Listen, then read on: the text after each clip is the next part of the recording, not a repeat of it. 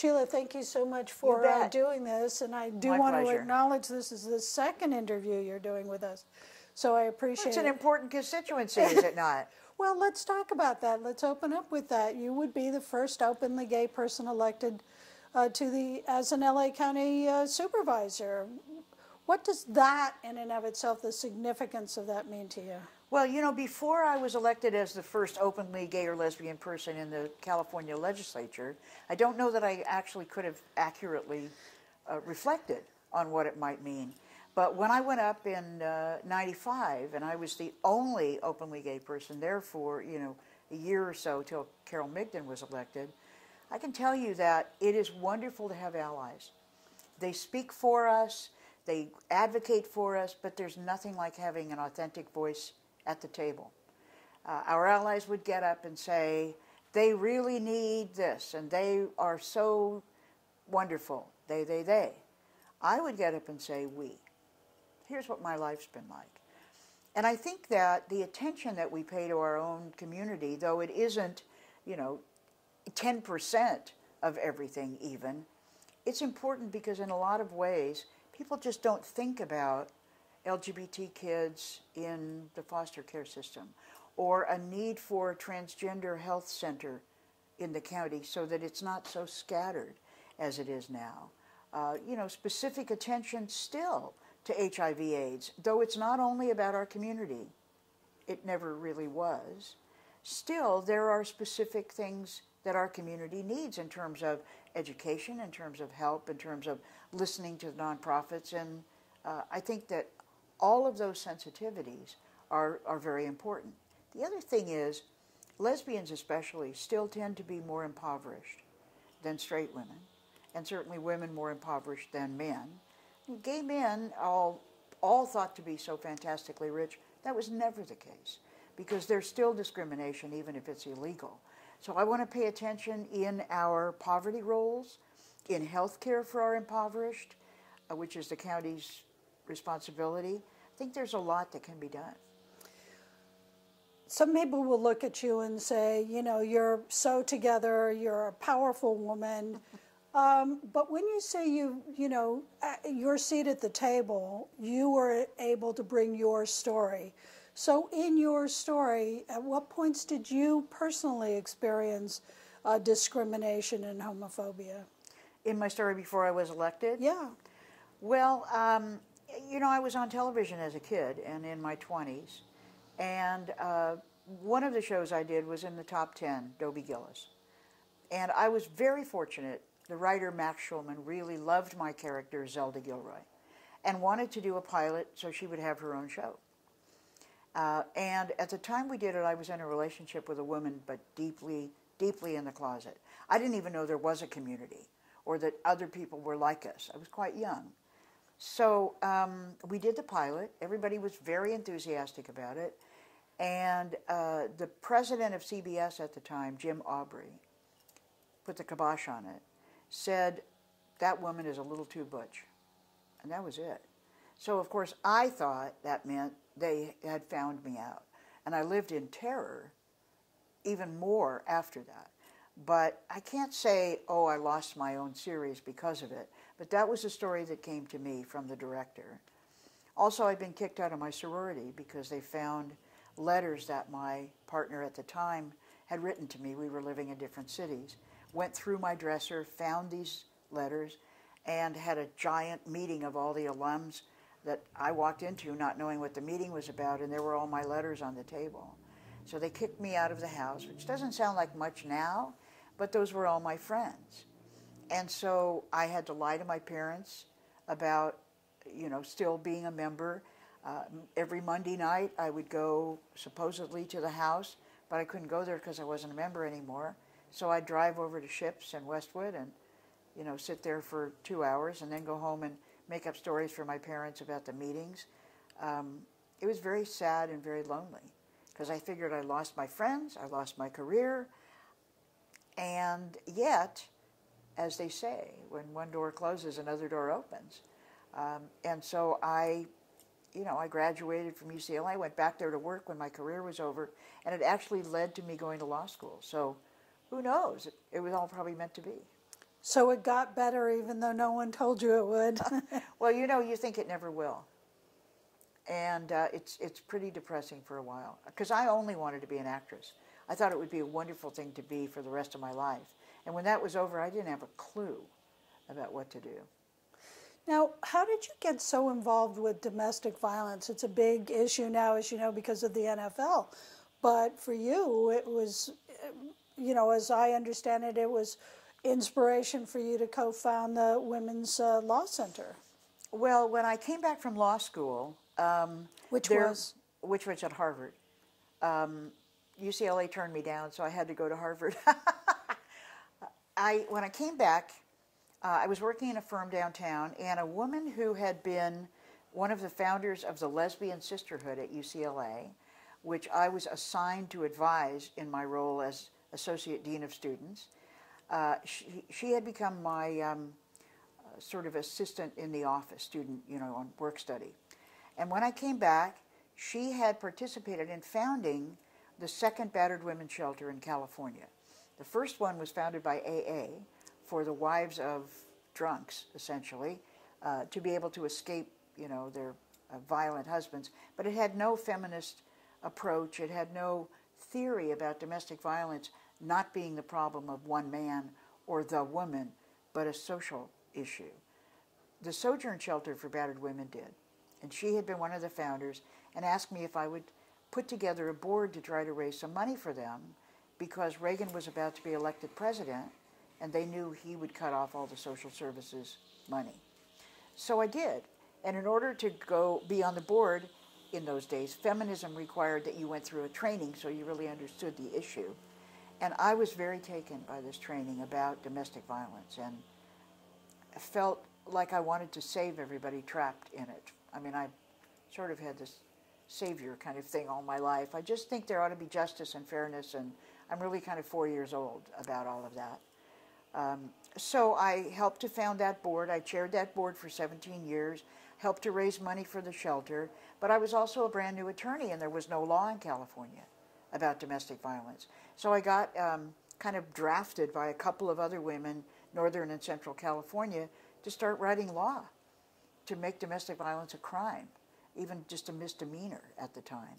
And so I became more and more engaged in the issue, and finally became one on a national board, you know, how you just say yes to everything.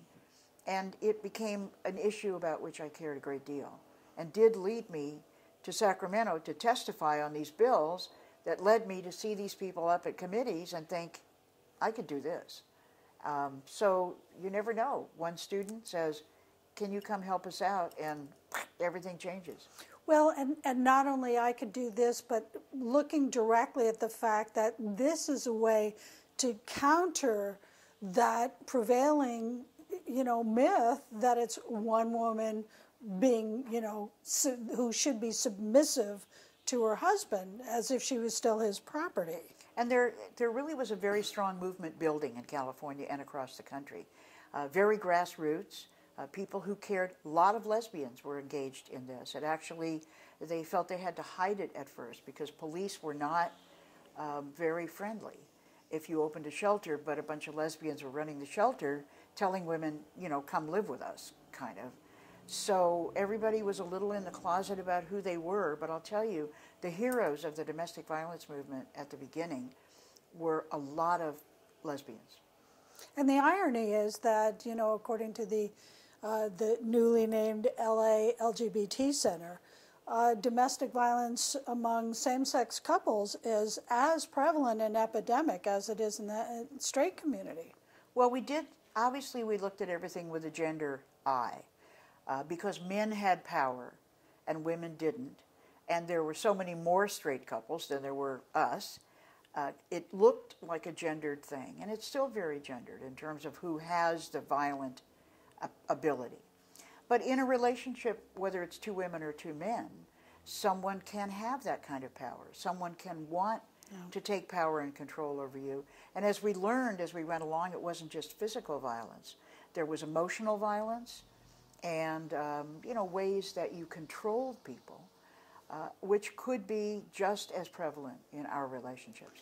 So if you're elected How can you have any sort of similar impact at the LA County level? Well, LA County does about 1 million things. And the supervisors, I think people know, but maybe not, unlike a state or a city, you don't have an executive branch and a legislative branch. You don't have a governor and a legislature or a mayor and a council. You've got 5 people running a county as big as the state of Ohio. And all of the issues are very much like the same issues in a state. Healthcare, mental health, public health, foster kids, juvenile incarceration, transportation, environmental protection, beaches, fire, sheriff, jails, I mean, everything. Every single thing that we touch, if I'm elected, includes people from our community. And every single issue has a slightly different take for people of our community. Much of it is totally similar. If we need health care, we need health care. But perhaps there are health issues in our community no one's paying attention to, which is why I mentioned, for instance, a transgender center, possibility of more sensitivity there. Children's Hospital is doing a great job with these kids about transition, but it's not spread throughout the county, for instance. Housing, safety in housing, homelessness. Our kids are more prevalent in the foster care system than people know. That means they're more in danger of homelessness. And our kids have been in danger of homelessness all along because they're runaway, throwaway youth, many of them, which is why the center now has, residential facilities, Gabe Crooks, housing, and, all the rest. So I think in every aspect there could be an issue. Where our marriages are not acknowledged, or where our relationships are not acknowledged, where our parenting is not acknowledged. Do we have equal opportunities to be foster parents? Do our kids get placed the same? I carried a bill to require training for future foster parents on the issues of gay and lesbian kids, but who knows if it's carried out. The county has a lot to do with preschool. They do all the Head Start money. They do a lot of early childhood education. They do charter schools. They do schools in the juvenile jails. Are our kids really being treated well? Are they understood? Are they protected? There's a lot to do. So you've named, thank you, a number of issues. Do you have any sort of plans or proposals or things that you would hit the ground running on day one, to address, in particular, the issue of foster kids, for instance? It's one of the 3 priorities I name every time I speak. I'm really very concerned about our foster care system, but it's more than foster care, it's really child welfare. Because though we have 20,000 kids in foster care, we've got another 5,000 we're trying to keep in their families. So you do support for those families so that they don't have to be broken apart. Maybe the kid was about to be taken away because there's no food in the refrigerator. And maybe there's no food in the refrigerator because there's no money. So, you have to pay a lot of attention, I think, more than just foster kids and the child welfare system. It is one of my priorities, but I have to say, hitting the ground running means that you can't only concentrate on your own priorities. If I win, I'll be sworn in December 1st, and on December 2nd, there's a full agenda of a Tuesday morning meeting, just like every Tuesday. And it could be animal welfare, beaches and harbors, a new tax issue, a lot of things that I haven't named as my priority, but I need to be completely up to speed and able to vote on it.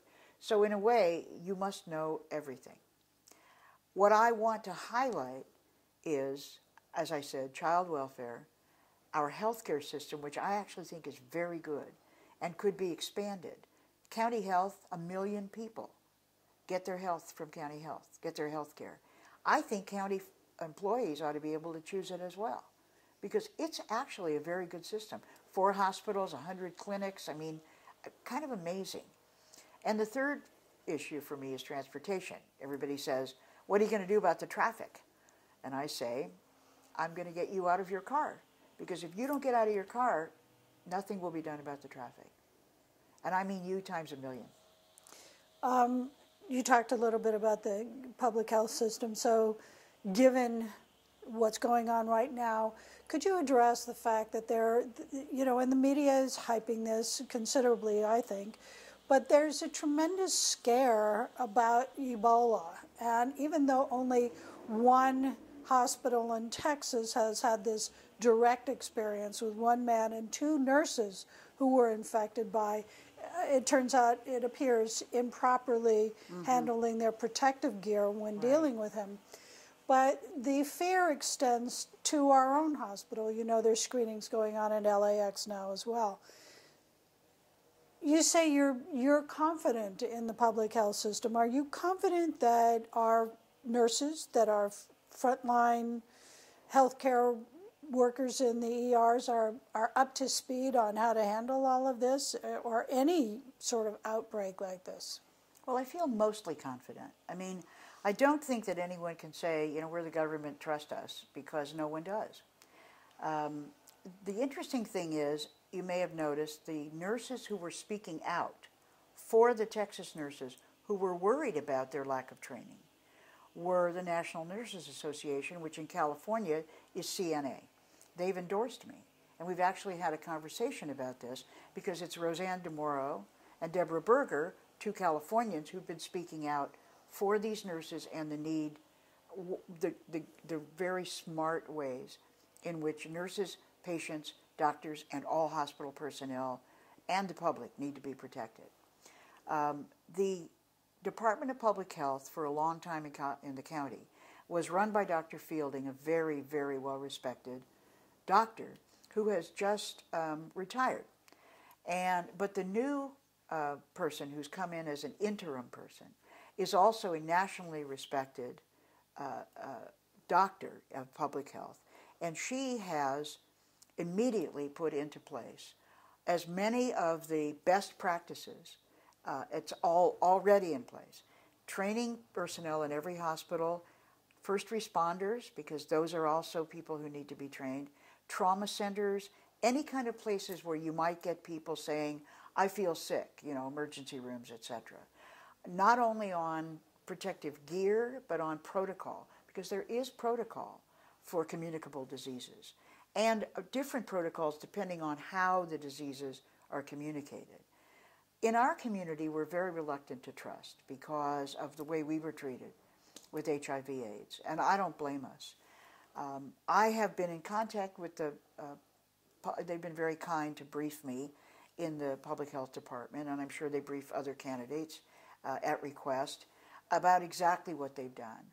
And the only concern they have is that people don't overreact in terms of, for instance, insisting that no one from West Africa ever be allowed to come into America, you know, until this is all cleared up. They feel that that may be, it's kind of overreacting when you have two cases.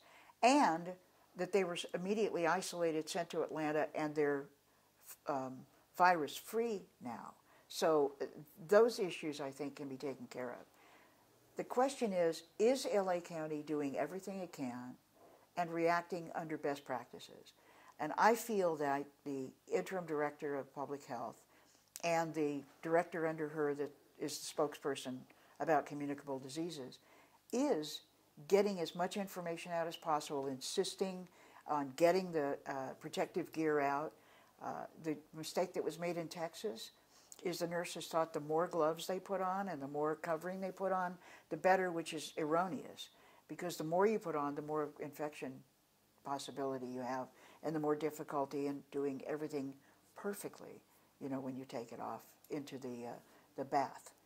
So it's a long way of saying I do have confidence in the county's public health department. It's rated one of the 5 top public health departments in the country, and that means they know how to take steps and take them early. Are you going to have a say, if elected as supervisor, will you have a say in who becomes the next director of public health, and would one of the criteria be cultural competence? Because, you know, we've had some issues with how the community felt it was treated. And as you mentioned earlier, the transgender health issues. I don't believe they're going to select a new director of public health before the election. They have selected a new county council. They have selected a new auditor controller. Those were primarily sort of up from the ranks. And they're important, there's no question. The interim director of public health, everybody wants her to take over.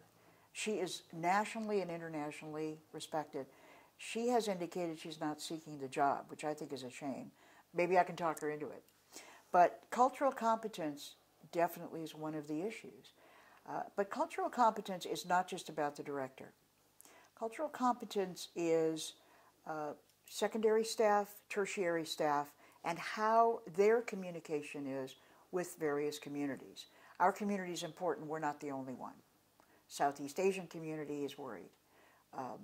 Asian community is worried. South American community is worried about other things. Armenian community has their issues in terms of public health. All want to be understood in terms of, what can be done. I am personally interested in the ongoing HIV/AIDS epidemic. I really am. And I believe there's been sensitivity to it, but there's always questions about how a new drug is adopted. Is it going to be made available for nothing or not? Can the county afford to do that in various communities? And you can bet I'll be much more attentive than people have been, only because I'm a member of our community. You'll also have some say, if elected, in the new person who would head up the Department of Children and Family Services, which oversees foster care, among a number of other issues. We've seen turnover and turnover and turnover, and Zev, bless his heart, seems to have tried his damnedest to, pull that department into shape in some way, shape, or form, but there always seems to be some failure, some simple failure, such as caseload and social workers being able to communicate in the field with each other to see if there are problems with something that they're working on. How are you going to, what's your criteria for that person? Well, let me clarify, Karen, for a minute. The director of the Department of Children and Family Services is not leaving. At least he hasn't said he's leaving. Phil Browning. Oh, I see. What's happened is a Blue Ribbon Commission was formed to study not just the Department of Children and Family Services, but the relationship between and among the departments that serve children. There's a Department of Education. There's probation that runs the camps, and many of the juveniles are in and out of those camps and in and out of foster care, and same kids, The mental health department is supposed to be providing services in the schools, in the courts, in the camps, on the streets. And so to try to coordinate those, because they're very siloed in the county, the Blue Ribbon Commission met only, I think, for 4 or 5 months. They were given a deadline, came out with a very good set of recommendations, one of which was there ought to be hired what the press, no offense to the Fourth Estate, are calling a czar of children's services. And that's going to create a difficulty that I look forward to helping to solve. Because when you have siloed budgets, nobody wants to give up a little piece of their budget. When you suddenly have someone trying to pull this all together, the question is, how do you delegate authority from one place to another when the feds say, no, our money can only be spent in the Department of Children and Family Services. And the state says, no, this money can only be spent in the Department of Education. And they don't allow you to bleed them together, because working together is not a big aspect of government. They like silos. I don't like silos. One of my hires is going to be a major silo buster, a get stuff done kind of person. And I think that it's really going to help to have this children's services person. But the question is, who can imagine the revamping of the structure? And that's really where I want to spend some good energy and some good time. And I think it will work. The problem, of course, is when you have 20,000 children in the foster care system, we simply imagine that there will be perfect care for each one of them, because all we have to do is give, an iPad, to a social worker, let's say. Well, we know that doesn't work unless there's a program, unless they're connected together. They can't even access electronic files at the moment from the field. So everybody says, well, they ought to be able to do that. And you say, yeah, well, you ought to be able to do that. It's $200 million. to set up a system. Then you give some company $12 million as a down payment, and what they come up with doesn't work. It's happened so much. So I want to take it step by step, be very thorough, really engage professionals in doing it, have beta testing on any of these kinds of systems, which we never do in the county, before you put it in place. Frankly, Obamacare didn't get beta tested before it was put in place. Could have helped. And I think we can move forward, but I'll tell you, you're still going to see articles in the paper saying Kuehl doesn't move fast enough. Kuehl says she doesn't want that electronic system. Why is she failing our children when, you know, I wouldn't vote for it because it didn't work or something? Well, that's very, you know, good jumping, and thank you for the correction, by the way. I appreciate that. But that's a good jumping off point to ask you about this. A lot of people have sort of wound up positing you as the establishment person and Bobby Shriver as the creative innovator. But what you just described as the silo-busting person sounds kind of innovative to me. I'm wondering if you could explain how your having experience in knowing how a system works does not automatically mean that you're the establishment person, or are you the establishment person? I am the experienced person, and I don't think anyone in Sacramento would have said to you, oh yeah, Sheila stuck with the status quo. Never. I mean, I believe that, among others, I was considered an extremely innovative legislator. I carried the bill to create the first and only paid family leave program in the country. Paid family leave. 2.5 million people have used it in California. They still don't have it in almost every other state. I created a bill to require nurse-to-patient staffing ratios in hospitals. They don't have that anywhere else either. I carried the bill to protect our kids in school. There'd never been a law like that. There'd been one executive order in Massachusetts, but never a state law, putting sexual orientation in the education code. My whole life has been about innovation, but innovation within a system, innovation within a structure, means you must know how to get votes. You must know how to explain to your colleagues why voting with you is in their best interest, how it helps them and their constituents. Simply having ideas is insufficient. You have to have a track record that shows you accomplished from those ideas. And almost all of them were fresh and innovative. Anti-discrimination bills that were incredibly opposed. So I think for my opponent, what has my opponent got to say? That because I'm experienced, they have to characterize it as stodginess or, status quo or whatever. But it falls apart when you shine a light on it, because my whole life has been about innovation in public office. And you have to know how to, as T.S. Eliot said, you have to get from the idea to the action. So let me follow up on the Dignity for All Students bill, because for anybody who was around at the time, that was just an incredible endeavor, and what you had to put up with and fight to get that bill even heard was extraordinary. But it speaks to, for me, it speaks to sort of the character of having to butt up against severely outspoken anti-gay people who thought we were unnatural and perverted and said so on the Assembly and Senate floors.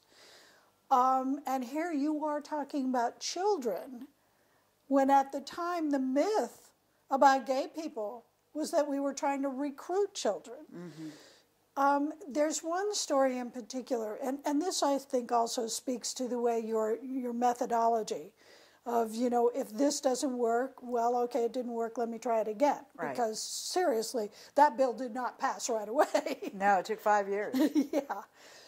There's one story that for those people who don't remember that whole fight, of when the Republican chair of the Assembly Education Committee held a surprise hearing on AB 101, which was one of the versions of the Dignity for All Students bill. You were taken aback and you were surprised. And one of the psychiatrists, because you had not been informed that a hearing would take place, one of the psychiatrists said that, homosexuality was a choice, and perhaps calling students, kids, faggots would be a good way to, stop them from having these inclinations. How you responded to that was really quite extraordinary. I was wondering for people who don't know you and how you fought, and hopefully would like to see some of that on the county board. Could you, share that experience? Well, I think I had a bit of an advantage standing up and speaking in front of even a hostile committee, because I had actually been the second woman to win the moot court competition at Harvard. And that's only talking. And Thurgood Marshall was so pleased with my presentation that he came down after they declared that I had won and took my hand in his and said, "Lady, I like your style." So I already knew I could talk.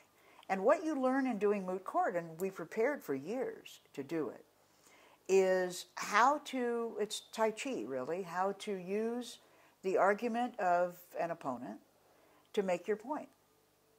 Sort of irrefutably the same as what they're saying, but making your point. So I knew that they were all very dedicated Christians. It was the first time in 25 years the Republicans had taken a majority in the Assembly, and it just happened to be the same year I was elected. Lucky me. But they weren't your father's Republicans. They were Bible-toting, and I'm not kidding, brought it to the floor, opened and read from it no matter what, and at committee meetings, deeply born again. And so I knew they were religious. So they did not believe that homosexuality was something that we were born with. They thought it was a choice, and therefore you could be talked out of it or beaten out of it, because it wasn't just calling someone a faggot that they thought was a good thing. They thought maybe even physical violence was helpful against our kids, because then they would really decide it wasn't a good idea. So I said, well, religion is a choice. And not that long ago, in this century, because it was still the 20th century, Jews were told all they had to do was to convert to Christianity and they would be fine. They wouldn't be beaten, they wouldn't be killed, simply do that. And yet many of them chose not to do it. Why was that? Because it was such an elemental part of them. As gentlemen, you know your religion is. And it's the same with us. Who we love is such a fundamental part of who we are. So that you can beat us, you can call us names. It's not going to teach us not to be who we really are. This is a simple matter of discrimination. And I asked for an aye vote, which I didn't get from them, incidentally. But knowing, I think that people who are looking to possibly vote for you, knowing that you know how to talk and had the okay from Thurgood Marshall, is kind of a thumbs up, if you will. Well, it's a real privilege, Karen. I think you know. Just being in the chair, having the opportunity to say, I move, because with the supervisors, it's motions, not, legislation. But they're just as strong to change the law. I'm bringing a motion to protect. I'm bringing a motion to require. I'm bringing a motion to fund. And being able to convince my colleagues, because with the Brown Act, you only talk to them at meetings. So the speeches become even more important. So I think it is important to know how to make your point. To close out this interview, is there anything that you want to say to voters who really are just starting to look at the race now and why they should choose you over Bobby Shriver? Well, I would say to them, I want you to really understand how important the county is. You haven't given much thought to it, probably. It's pretty much been beneath the radar. But when 5 people are running all of the services for 10 million people, and I mean the entire range of things that people use, they should know that electing 20% of that board is extremely important, so they should definitely vote. The second thing I would say is it's not an entry-level position. The person that you vote for needs to already know what they're doing. They need to know about health care and mental health and public health and transportation and all the things that I worked with in Sacramento, including budget. The county budget is a $26 billion budget. It's almost a quarter of the state budget. Having sat on the state budget committee for almost all the years I was there, which was 14, 6 in the Assembly, 8 in the Senate, I believe I can exhibit enough understanding that when I get there that first day with an entire agenda to vote on, I'm already ready to work because I come with skills and knowledge and ability, as we used to say, to do the job. So I would want people to look at the comparison there and make their choice. Very good. Thank you so much, Sheila. My pleasure. Appreciate it very much. Thank you, Karen. Thank you.